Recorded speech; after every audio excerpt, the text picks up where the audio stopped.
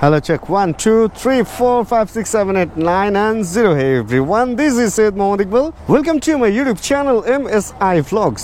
এই বাইকের সামনে যে এই জিনিসটা লাগানো আছে এটার দাম নাকি ৫,০০০ টাকা। এই বাইকের একটা বাম্পারের দাম নাকি ৮,০০০ টাকা। এই বাইকের এই লুকিং গ্লাস যদি আফটার মার্কেট এখানে লাগাইতে চান, মানে রয়্যাল এনফিল্ডেরই আফটার মার্কেট, তাহলে ওটার দাম ১৪,০০০ বা ১৫,০০০ প্লাস। চিন্তা করা যায় এই বাইকের সব কিছু এরকম দাম কেন? আসলে রয়্যাল এনফিল্ড এটাকে রয়্যালি আমরা বলি, আর এটাকে আমরা রয়্যাল হিসেবেই ধরি। তো এই কারণে এই বাইকটা যখন আসছিল তখন হয়তো এই বাইকটার দাম এখনও কম আছে আসলে, কিন্তু এই বাইকটা যখন আপনি পরবর্তীতে কোনো কিছু চেঞ্জ করতে যাবেন বা কোনো কিছু নষ্ট হইলে যদি ওগুলো লাগাইতে যান, তখন আসলে কতটুকু এই বাইকটা আপনাকে সাপোর্ট দিবে এটা দেখার বিষয়। আর এই সমস্ত দিক বিবেচনা করে আজকের ভিডিওটা আমি বানাবো। আর এই বাইকটা হচ্ছে ব্লু অ্যান্ড হোয়াইট কালার, এটা হান্টার রয়্যাল এনফিল্ডের। আর এটার মধ্যে লাল রঙও হয়, লাল এটা একই দাম, জাস্ট দুইটা কালার আছে, যেটার মধ্যে একটা হচ্ছে হোয়াইট আর একটা হচ্ছে ব্ল্যাকের মধ্যে সিলভার টাইপের। ওইটার দাম একটু কম, মানে হয়তো ৩,৪৫,০০০ মেবি বা এরকম। আর এই বাকি কালারগুলো হচ্ছে ৩,৬৫,০০০ মনে হয়েছিল, এরকমটাই ছিল বলে আমার মনে হচ্ছে, বা এরকমই হয়তো দেখছিলাম। অ্যান্ড বাইকটা মোটেও খারাপ না। কেউ যদি বলে যে রয়্যাল এনফিল্ড খারাপ বাইক, এটা আমি প্রোটেস্ট করব। এটা মোটেও খারাপ বাইক না, বাট বাংলাদেশে একটা ইতিহাস সৃষ্টি করছে এই বাইকটা। যখন প্রথম আসলো এত পরিমাণ বিক্রি হয়েছে যেটা ইতিহাসই বলা যায়, ইতিহাস সৃষ্টি করে ফেলছে। কিন্তু সেই ইতিহাসটা আবার আরেকভাবে ইতিহাস সৃষ্টি করে ফেলছে যে এরকম একটা আলোচিত বাইক হঠাৎ করে এরকম কেনা বন্ধ হয়ে গেল। এখন বাংলাদেশ ছোট একটা দেশ, এখানে মানুষই কতজন, তাই না? আমরা এখন ২০ কোটি বলতেছি, তো এর মধ্যে যে বাইক এক নাগারে বিক্রি হয়েছে, এই বাইক একটু স্লো হবে এখন বিক্রি, এটা তো স্বাভাবিক। কিন্তু দুঃখের ব্যাপার ওইটা না, দুঃখের ব্যাপার হচ্ছে সেকেন্ড হ্যান্ড মার্কেটেও এই বাইকটা স্লো হয়ে গেছে। অ্যান্ড সেকেন্ড হ্যান্ড মার্কেটেও এই বাইকটা মানুষ দাম পাওয়া যাইতেছে না। সবকিছুর একটা রিজেকের ব্যাপার আছে না ভাই? এই নিচে ইঞ্জিন অয়েল দেখা যায়, সবকিছুর একটা রিজেকের ব্যাপার কিন্তু আছে। আপনি সেকেন্ড হ্যান্ড মার্কেটে এই বাইকটা ৩.৫ লাখ বা ৪.৫ লাখের বাইক ৪ লাখ ৪.৫ লাখ টাকা এক সময় বিক্রি করে দিচ্ছেন, তাহলে এই বাইকের রিজেক নষ্ট হবে না? আমি নিজেও এই বাইকটা ৪ লাখ টাকা দিয়ে কিনে দেন ৩০,০০০ টাকা ধরা খেয়ে দেন বিক্রি করছিলাম হচ্ছে ৩,৭০,০০০-এ। ৩,৭০,০০০-এ যখন বিক্রি করছি তখন বাইকের নতুন দাম ৩,৬৫,০০০, আর আমি ৫,০০০ টাকা বেশিতে সেকেন্ড হ্যান্ড বাইক বিক্রি করতে পারছি, তাও ১১,০০০ না ২১,০০০, ১১০০ না ২১০০ এরকম চালায়, আমার ঠিক খেয়াল নাই। এই স্ট্যান্ড কি পড়ে যাবে নাকি? বেশি খারাপ হয়ে থাকে, রাস্তাটা ওইদিকে ঢাল। তো যাই হোক, এই হচ্ছে ঘটনা। আমরা চালাবো এই বাইক, অবশ্যই চালাবো। এই বাইকের মধ্যে অনেক কিছু অনেক ভালো আছে, যেমন এটা হ্যালোজেন লাইট হইলেও খুব ভালো পাওয়ার দেয়। এটার সামনের ব্রেক পেছনের ব্রেক দুইটাই অনেক বেশি ভালো, ডিস্ক বড়, এই কারণে হয়তো বাইট সুপার। বাট আমরা ভাবছিলাম কি ৩৫০ সিসির ইঞ্জিন, স্পিড তো মোটামুটি ২০০ উঠবেই, তাই না? অনেকে এরকম ভাবছিলাম, সবাই না, অনেকে ভাবছিলাম। তো যে কারণে আমাদের অনেকের মন সবকিছু নষ্ট হয়ে গেছে যখন দেখছি যে না, ওরকম স্পিড তো উঠে না। আরেকটা জিনিস দেখেন, এরকম ছোট একটা বাইক, এটার মধ্যে গিয়ার শিফটিং ইন্ডিকেটর দিছে। ক্লাসিক এত বড় একটা বাইক, সেটার মধ্যে আবার দেয় নাই। সাউন্ডের ফ্যান ছিলাম আমরা, কার্বোরেটরের আমলে যে সাউন্ডটা ছিল সেই সাউন্ডটা ওই এফআই এর মধ্যে নাই। সার্বিক দিক থেকে আসলে রয়্যাল এনফিল্ডে আমরা যারা কিনছিলাম আমরা হতাশ হয়েছি, বিশেষ করে আমি হতাশ হয়ে এই বাইকটা বিক্রি করে দিয়েছিলাম। অ্যান্ড এখন যারা কিনছে বা যারা ওই সেকেন্ড হ্যান্ড বেশি দাম দিয়ে কিনছে, তারা বেচতে গেলে প্রাইজও পাইতেছে না। ভাই পাবে কিভাবে? যে না সে এই বাইকটা কিনছে অ্যান্ড পরে যখন দেখলো যে it's not practical for Dhaka city or for Bangladesh, তখন সবাই একসাথে বিক্রি করে দেওয়ার ট্রাই করলো। তো সেকেন্ড হ্যান্ড মার্কেটে বিশাল একটা চাপ না, এতগুলা প্রোডাক্ট চলে আসলে, মানে পুরান পাগলে ভাত পায় না, নতুন পাগলের আগমন হয়ে গেল না সেকেন্ড হ্যান্ড মার্কেটে। তো এই জন্য আসলে দাম নাই ভাই, এই বাইকটা বেচতে গেলে এখন দাম পাওয়া যেতেছে না। তবে হ্যাঁ, এখন হচ্ছে এই বাইকটা কেনার সময়, কারণ এখন যদি আপনি সেকেন্ড হ্যান্ড এই বাইকটা কিনেন অনেক কম দামে পাবেন। অ্যান্ড সব কিছুর একটা রিজিক আছে। এটা রিজিক যখন এখন এটার দাম পড়ে গেছে, বিক্রি কমে গেছে, ঠিক ওরকম এটার আবার দাম ফেরত আসবে, বিক্রিও ফেরত আসবে। এই কি সুন্দর একটা অডি পানিতে লাফায় চলে আসছে, রেড, ওয়াও। আচ্ছা, যেখানে আমরা ছিলাম ওইখানে আমরা থাকি, এটার দামও ফেরত আসবে। এই জন্য আমি বলবো এখন যদি কেউ কিনে রাখেন তাহলে মনে হয় তার জন্য কিছুটা হইলেও ভালো হবে, কারণ এখন কিনলে আপনি যেই অল্প দামে কিনবেন, সামনে বেচলে আবার বেশি ভালো দামে বেচতে পারবেন আশা রাখি। তবে হ্যাঁ, এই বাইকটা অবশ্যই অনেক মজবুত, অনেক ভালো। এই দিক থেকে, বাইকের দিক থেকে আমি কোনো দিক থেকেই খারাপ বলবো না। কিন্তু ঝামেলাটা হয়েছে কি, আমাদের একটা এরকম একটা চাহিদা ছিল যে আমাদের দেশে কবে হায়ার সিসি পাবো। অ্যান্ড আশপাশের মধ্যে আমরা চিন্তা করছি ইন্ডিয়ার প্রোডাক্ট যেহেতু বাংলাদেশে বেশি আসে, তাহলে 350 সিসির রয়্যাল এনফিল্ড যদি বাংলাদেশে আসে তাতেও আমার চলবে। অ্যান্ড ওই অপেক্ষায় থাকার পরে যখন রয়্যাল এনফিল্ড আসলো, আমরা পাগলের মতো এটার দিকে চলে গেছিলাম। কারণ আমার মতো, আমি নিজের তো সবাই আমরা বুদ্ধিমানই ভাবি, আমার মতো এরকম বুদ্ধিমান লোক আমি হয়েও আমি 3,65,000 বাইক 4 লাখ টাকা দিয়ে কিনছি, তাহলে আমি বোকার মতো কাজ করছি না? আমি ভাবছি না জানি কি, এটা তো পাবো না, কিনে ফেলি। অ্যান্ড এত পরিমাণ বিক্রি হয়েছে এখানে, এগুলা সেকেন্ড হ্যান্ড যে বিক্রি হবে এটাই আমি নিজেই বুঝি নাই, আমরা কেউই ধারণা করি নাই। আর আরেকটা ব্যাপার ছিল যে এত বেশি সিসির বাইকের একটা পারফরমেন্সের ব্যাপার তো থাকবেই। অ্যান্ড এইটা যে বেশি সিসি, এইটার যে পাওয়ারটা, এই পাওয়ারটা কোন কাজে আপনি লাগাবেন? রিসেন্ট একটা ট্রোল ভিডিও আমি দেখছি, একটা লোক জিমে হচ্ছে স্কোয়াট মানে হচ্ছে উঠবস। অ্যান্ড সে একটা মেয়েকে যখন ছিনতাইকারী ধরে, সে মেয়েকে ওই ছিনতাইকারীকে ধরে কাঁধে নিয়ে স্কোয়াট মারতেছে, কারণ ও পারেই ওইটা। আর আরেকটা লোক এরকমই যেন কি কি পারে, সে ওই লোক নিয়ে এটাই করতেছে, অথচ তার কাছ থেকে যে ব্যাগটা উদ্ধার করবে এই সেন্সটা তার ভিতরে নাই। ব্যাপারটা ওরকম হয়ে গেছে। এইটার যে পাওয়ারটা, এই পাওয়ারটা হচ্ছে উঁচু নিচু রাস্তার জন্য, পাহাড়ি এলাকার জন্য এই বাইকের পাওয়ারটা কার্যকর। কিন্তু আমরা যারা বাংলাদেশে বাইক চালাই, আমাদের যে পাহাড়, এই পাহাড়ে তো 150 সিসি লাগে না, 125 সিসির বাইকই উঠে যেতে পারে। তাহলে যেখানে 125 সিসির বাইক উঠে যেতে পারে, সেখানে আপনি 350 সিসির বাইক নিয়ে কেন এত তেল পুরাবেন? এবার আসেন মাইলেজের ব্যাপারে। এই বাইকটা যদি আপনি সিটিতে রাইড করেন, আমি গ্যারান্টি দিলাম আপনাকে 28-এর উপরে মাইলেজ পাওয়া পসিবল না, যদি মিরপুরের মতো এরকম এলাকা দিয়ে ঘুরেন। এখন যদি উত্তরা এলাকায় থাকেন, এয়ারপোর্ট রোডে চলেন, ওইটা অন্য ব্যাপার, তখন হয়তো 35-40 পর্যন্ত মাইলেজ নিয়ে আসতে পারবেন আপনি চেষ্টা করলে। হাইওয়েতে মাইলেজ ভালো অবশ্যই আপনি পাবেন, অনেকে কম পাইছে, বাট এটা রাইডিং স্কিল বা রাইডিংয়ের যে টেকনিক, ওইটার ব্যাপার, রাইডিং স্টাইলের ব্যাপার মূলত। এখন মাইলেজ কম, এটা আমাদের মানতেই হবে, কারণ আমরা 150 সিসিতে যে মাইলেজ পাই তার চেয়ে 350 সিসি, এটা ডবলেরও বেশি, ওইখানে তো অবশ্যই মাইলেজ কম পাবো, এটা একটা স্বাভাবিক ইস্যু, তাই না? এটার মধ্যে ওই টর্কটা আছে বলে মাইলেজটা আমরা কম পাই। এবার আরও মজার ব্যাপারে আসেন, বাইকটা গরম বেশি হয়, বাইকটার মধ্যে কোনো কুল নাই, বাইকটা অনেক আগের টেকনোলজির বাইক, হ্যালোজেন লাইট, এটার কি বলে, বাতাসে ঠান্ডা করে, এয়ার কুল। তো সার্বিক দিক থেকে বাংলাদেশে যে জ্যামে আমরা পড়ে থাকি, বাংলাদেশ তো শীতের দেশ না, পাহাড় না যে কনকনে শীত বা এরকম কিছু, তা তো না, তাই না? তো যেহেতু গরমের দেশ, এটার ইঞ্জিনও প্র্যাকটিক্যাল না, তাহলে কোনো কিছুই প্র্যাকটিক্যাল না, শুধু এটার নাম রয়্যাল এনফিল্ড। এখন যদি কোনো একটা বাইক বাংলাদেশে আনা হয় যেটার নাম দেওয়া হয় সেরা বাইক, তাহলে কি ওটা সেরা হয়ে যাবে? ওটার নাম সেরা হবে। এটার নাম রয়্যাল এনফিল্ড ঠিক আছে, বাট ওই যে রয়্যাল রয়্যাল রয়্যাল ভাই, ওই রয়্যাল ভাবার এটার মধ্যে ওগুলো এখন কেউ মাপে না ভাই। ওই জমিদারি প্রথা থেকে আমরা বের হয়ে গেছি না, ওই রয়্যাল প্রথা থেকেও আমরা বের হয়ে গেছি। এখন ওই সমস্ত জিনিস মানুষ এখন প্র্যাকটিক্যাল জিনিস খুঁজে, এই কারণে হচ্ছে এই বাইকগুলা মানুষ এখন আর ওইভাবে এই বাইকের চাহিদা আমরা দেখতেছি না। বা যারাও কিনছিল তারাও যে তামিল সিনেমায় দেখছিল স্পেশাল ইফেক্ট দেওয়া সাউন্ড, ঢাক ঢাক ঢাক ঢাক করে আসতেছে, এখন ওদের তো সেই সুঠাম বডি, তাই না? আর বাইকের হচ্ছে ট্যাঙ্কের ব্যাপারটা পেটলা, একটু বড়।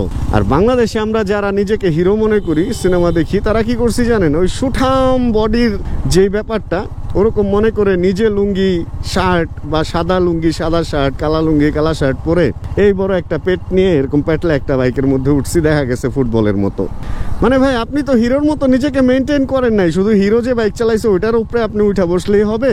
পেটলা একটা পেট নিয়ে আপনি ওই কালা লুঙ্গি, কালা পাঞ্জাবি বা কালা শার্ট অথবা সাদা লুঙ্গি অথবা সাদা শার্ট পরে একটা বিড়ি মুখে দিয়ে যদি আপনি এখন তামিল নায়কের ভাব নেন, ভাই হবে না তো। নিজের ফিটনেসটাও তো ঠিক রাখতে হবে। তো ওই ব্যাপারে পরে দেখলো যে ধর মানুষে তো আসলে হাসাহাসি করে আমারে নিয়ে, যে আমি কি হিরো ভাবি নাকি নিজেরে। এই ব্যাপারগুলাই আমার মনে হয় হয়েছে, কই দাঁড়ায় গেলেন ভাই। তো যে কারণে অনেকে রয়্যাল এনফিল্ড বিক্রি করে দিছে। এই হচ্ছে রয়্যাল এনফিল্ডের কাহিনী, আমার কাছে যেটা মনে হয় আর কি। দেখবেন যে জিপসি যাযাবর যারা আছে তারা বড় বড় বাইক চালায়, অনেক টুপলা টাপলি, এই সেই বড় দাড়ি, বড় মুছ, তারপরে চুল টুল বড়, ওইটার একটা ভাব ভাই, ওই বাইকটা ওরকমই যায়। এখন ওই লোকরে যদি আপনি একটা 125 সিসির বাইকে বসায় দেন, যেমন ওই ওয়ার্ল্ড ট্যুরের সাথে তার ওটা মানাবে না, ঠিক ওরকম একটা আনফিট লোককে এই বাইকের উপরে বসায় দিলেও সুন্দর লাগবে না, এই ব্যাপারটা অস্বাভাবিক। সার্বিক দিক চিন্তা করে দেখেন, এক হচ্ছে সেই আগের সাউন্ড নাই, দুই হচ্ছে বাংলাদেশের রাস্তার জন্য এটা প্র্যাকটিক্যাল না, গরম হয়, তিন হচ্ছে হেডলাইট আলো ঠিক আছে বাট হ্যালোজেন, আধুনিকতা নাই। 4 এরকম যদি খুঁজতে থাকি আমি অনেক কারণ দেখাইতে পারবো যে হ্যাঁ এই বাইকটা প্র্যাকটিক্যাল না বাংলাদেশের জন্য। বাট তাহলে এই বাইকটা মানুষ কেন এখনো রাখবে বা চালাবে? একটা সময় পার হওয়ার পর এই পাগলামি থেকে মানুষ বের হয়ে আসবে। অ্যান্ড যখন এই পাগলামি থেকে মানুষ বের হয়ে আসবে তখন কি হবে জানেন? তখন খেলাটা হবে আরেক। তখন খেলা হবে হচ্ছে এই বাইকটা যেহেতু তেল কম, মানে তেলে কম যায়, মানে তেল বেশি খায়, সেহেতু এই বাইকটা তারাই চালাবে যারা হচ্ছে ওই যে আসে না যে দামি গাড়িটা একদিন বের করি। একটু আগে দেখলেন না যে একটা অডি, ওটা কিন্তু প্রত্যেক দিন বের করার গাড়ি না, বা আরো দামি গাড়িতে যান। অডির এটা তো আগের মডেল ছিল, লেটেস্ট একদম গাড়ি।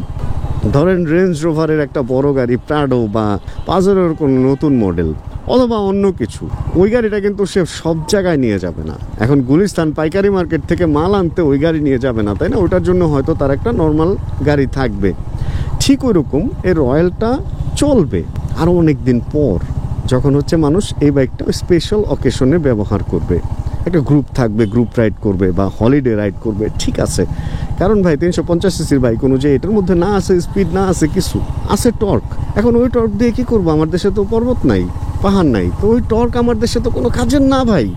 এই জন্য ওই পাওয়ারটাই দেখাবে, বাট এটা আরও সময় লাগবে এই জিনিসটা যাইতে, কারণ ছাত্রীদের হাত থেকে এই বাইকগুলো বের হয়ে আসতে হবে। দেখেন, যারা পিস্তল কিনে রেজিস্ট্রেশন করে তারা কি রোজ রোজ গুলি করে? কখনোই গুলি করে না। বাট তার একটা পিস্তল আছে, এটাই হচ্ছে তার একটা পাওয়ার, তার একটা গ্রেড, তাই না? ব্যাপারটা হলো এরকম। আবার দেখবেন যে জুতা, মানুষ কেন 500 টাকার জুতা পরলে হয় না, কিন্তু 5 লাখ টাকার জুতা পরে একটা স্টেজে ওঠার আগে, যে ঘড়িটা পড়ছে 10 লাখ, জুতাটা পড়ছে 5 লাখ। কারণ কি? এটা একটা গ্রেড, একটা ব্যাপার, একটা ভাব বোঝায়। তো ওই জিনিসটা যদি চিন্তা করেন, ওই ব্যাপারটা আসতে সময় লাগবে বাংলাদেশে। এরকম অনেক লোকে আছে যারা হচ্ছে এখানে কেক বেচে।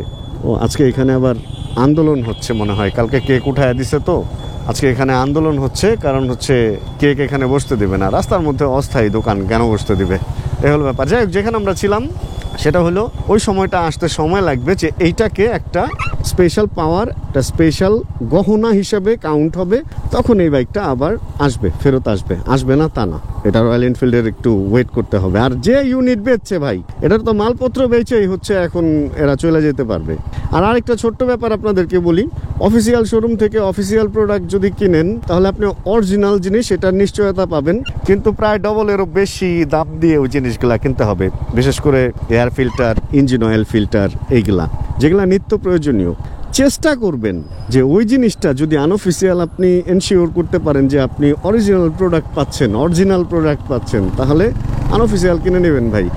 এমনও বাইক আছে আপনি 800-900 টাকা যাবে আপনার একটা ইঞ্জিন অয়েল ফিল্টার কিনতে, কিন্তু কোনো কারণে যদি ওই ইঞ্জিন অয়েল ফিল্টারটাই আপনি বাইরের খোলা দোকান থেকে কেনেন, মানে অফিসিয়াল কিনতে যাবে হচ্ছে 900 টাকা বা 800 টাকা, আনঅফিসিয়াল বাইরের খোলা মার্কেট থেকে যদি কিনতে পারেন দেখে অরিজিনাল, 300-350 টাকার মধ্যে আপনার কাজ হয়ে যাবে, মানে ডবলেরও বেশি দামে বিক্রি হয়। আচ্ছা চলেন এই বাইকের পাওয়ার দেখি আমরা। ইনিশিয়াল ধাক্কা আছে, কিন্তু পরে গিয়ে স্পিড আর উঠে না। তবে হ্যাঁ, 100-120 পর্যন্ত এই বাইকটা সুন্দর উঠে যাবে, এটা নিয়ে কোনো সন্দেহ নাই।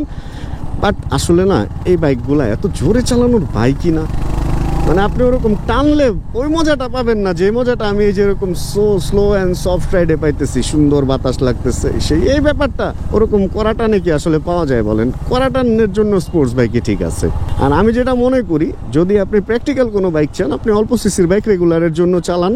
আর যদি স্পেশাল কোনো বেশি সিসির বাইক রাখতে চান, সেটার ব্যাপার আলাদা ভাই, সেটা আপনার পছন্দের একটা বাইক রাখেন, বাট সেটা অবশ্যই সেকেন্ডারি বাইক, প্রাইমারি বাইক না। প্রাইমারি বাইকটা আপনার ওটাই হওয়া উচিত যে বাইকটা ফুলফিল প্র্যাকটিক্যাল, এটা আমি মনে করি। তো রয়্যাল এনফিল্ডকে আমার কিছু বলার নাই, আমার জাস্ট আপনাদেরই বলা। কারণ রয়্যাল এনফিল্ডকে আমি কি বলবো বলেন? ওনারা এই বাইকটা যে দামে দিছে, এই দামে অন্য কেউ কি দিতে পারছে? হ্যাঁ, বাজাজ পারছে অল্প দামে হায়ার সিসি দিতে, বাট রয়্যাল অনেক কম দামে আমাদেরকে প্রোডাক্ট বাংলাদেশে দিয়ে একটা ভালো অবস্থা দাঁড় করাইছে। এটা ইফাদ মোটরসকে অবশ্যই ধন্যবাদ, যে তারা এত সুন্দর একটা রেটে এই বাইকগুলো আমাদের বাংলাদেশে দিচ্ছে। কিন্তু যাই হোক, ইফাদ মোটরসের উপরে আমার কোনোই মানে মন খারাপ বা কিছু নাই যে আরো দাম কমান বা কিছু, এই জন্য ইফাদকে আমার বলার কিছুই নাই।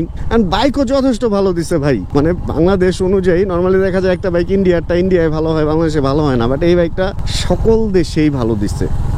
মোটামুটি আধুনিক বাইকে আনছে, এফআইটাই আনছে। তবে সামনে 25-এর মডেলটা আসলে আমরা আর একটু খুশি হব। অ্যান্ড আমাদের সরকারের কাছে আমার একটা ছোট্ট চাওয়া থাকবে, যারা এই বাইকের সিসি লিমিট নিয়ে কাজ করতেছে, যে আসলে এই সিসি লিমিটটা একটু তুলে দেওয়া বা এটা যদি করে দিতে পারেন তাহলে হয়তো আরেকটু আমাদের জন্য ভালো হয়। এটা আমি জানি অনেক ক্ষতির কারণও হবে। এখন অনেকে বলবেন যে হায়ার সিসি তো আর একদম অ্যাক্সিডেন্ট ডেকে আনে না, হায়ার সিসির ব্রেকিং ভালো, এটা আমিও বলি, কিন্তু খেলাটা অন্য জায়গায়। আপনার জন্য হায়ার সিসির ব্রেকিং ভালো, হায়ার সিসি অ্যাক্সিডেন্ট হয় না। বাট বাংলাদেশে এমনও কিছু ব্রেনলেস পোলাপান এখনও আছে যারা 125-150 সিসির বাইক নিয়ে যে টান দেয়, কোনোভাবে যদি কোনো বন্ধুর একটা 600 সিসির 4 সিলিন্ডার বাইক পায় তাহলে মাওয়া যায় ও যে বাইক স্টার্ট দিবে ওটাই লাইফে ওর ফার্স্ট অ্যান্ড লাস্ট স্টার্ট হবে। কারণ ও হচ্ছে বাইকের ফুল থ্রটল না মোচড়ানো পর্যন্ত ওর ভাল লাগে না। এই হলো ব্যাপার। এই জন্য আসলে বাংলাদেশে আমি সিসি দিতে আসলে বলতেও আমার একটু ভয় লাগে। বাট চাই যে আসলে সিসি লিমিট তুলে দেওয়া হোক এবং বাংলাদেশের আইন একটু করা হোক, যাতে রাস্তায় মানুষ চাইলেই যা খুশি তা না করতে পারে।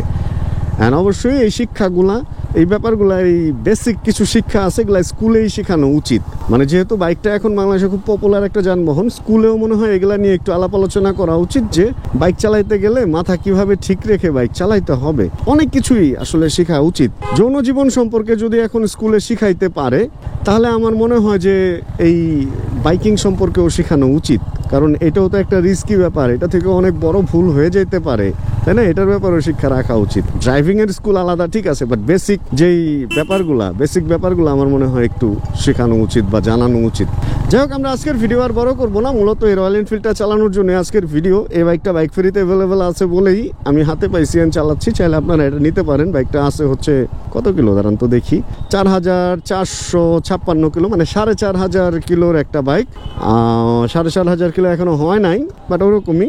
তো আপনি নিতে পারেন চাইলে। তাহলে আজকের ভিডিও আর বড় করবো না। ভিডিওতে কোনো কিছু ভালো লাগলে ছোট একটা লাইক দিয়ে দিন। চ্যানেলে যদি নতুন হন প্লিজ সাবস্ক্রাইব করে আমাদের ফ্যামিলি মেম্বার হয়ে যান। জানাবেন কে কোন জায়গায় বসে ভিডিও দেখছেন। আর যতক্ষণ পরবর্তী ভিডিও নিয়ে আবার আমি না আসতেছি ততক্ষণ ইনশাআল্লাহ আমরা থাকবো ভালো, আমরা থাকবো সুস্থ এবং করতে থাকবো চিল ইনশাআল্লাহ। Chill bro. Check the mic and make sure it sound right, boys.